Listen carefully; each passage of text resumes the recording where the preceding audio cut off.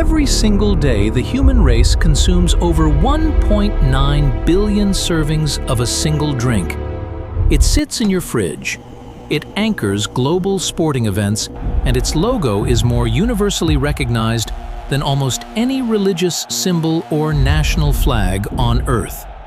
Lately, the world has started asking uncomfortable questions about this signature red label.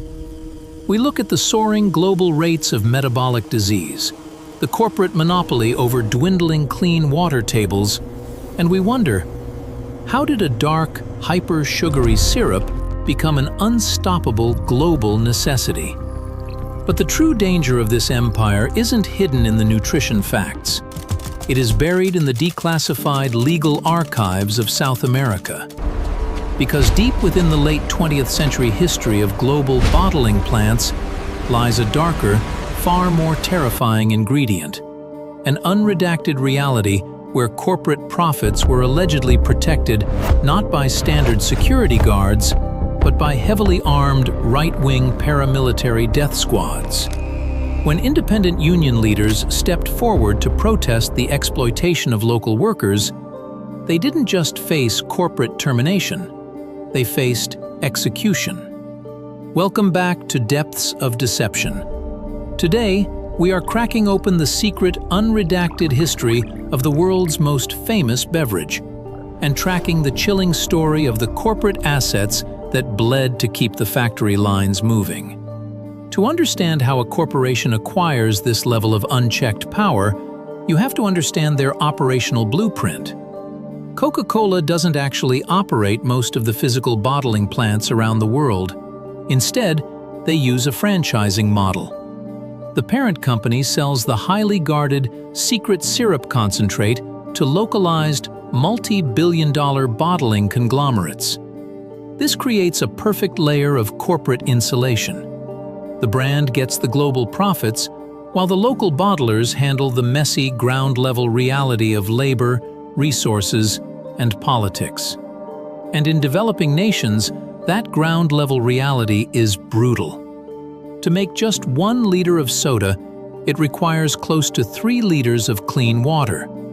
In places like Chiapas, Mexico, and parts of rural India, massive bottling plants were granted sweeping, decades-long government concessions to pump millions of gallons of water directly from local aquifers. The result? Local wells ran completely dry. Whole communities found themselves in a dystopian reality where it was literally cheaper and easier to buy a bottle of soda than to find a single cup of clean, drinkable tap water.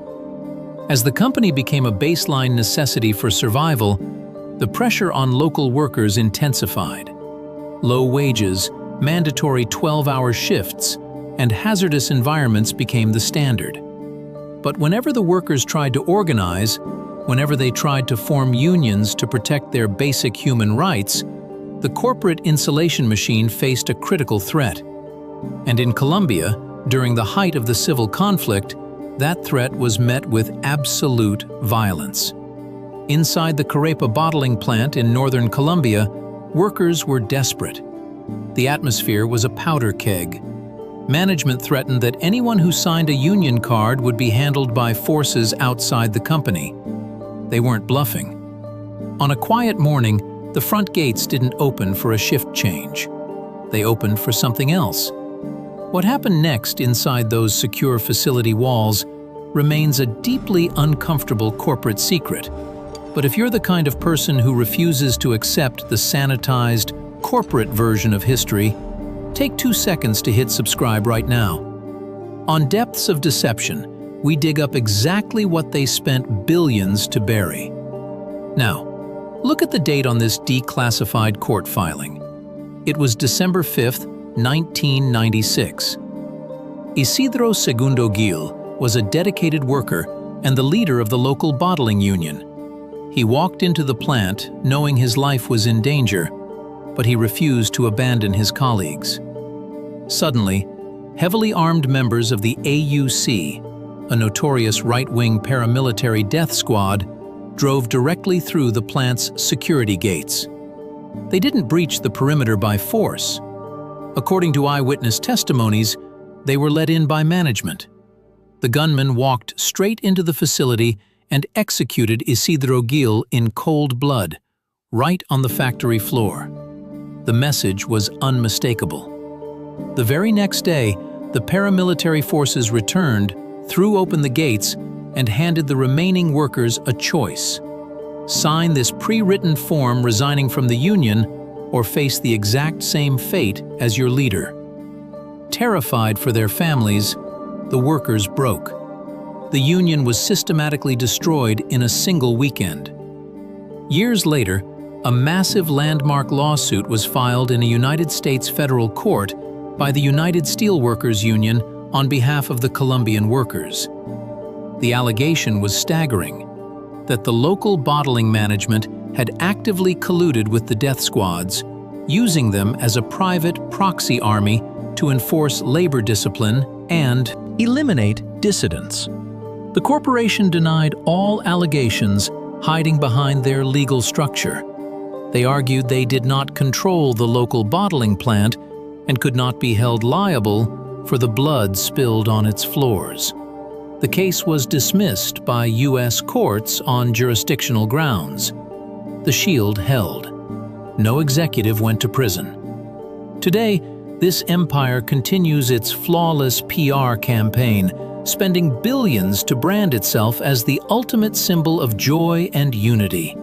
They broadcast colorful ads celebrating sustainability, while local communities still fight for their own water.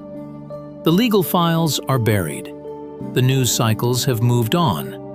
The red logo remains pristine. Every time we open a cold beverage, we join a system where consumer convenience and corporate ruthlessness blur. It forces a haunting question. When a brand becomes bigger than the government's meant to regulate it, does the truth even matter? Or do we swallow the lie because it tastes sweet? Let me know your thoughts below. Is corporate immunity ending, or are they untouchable?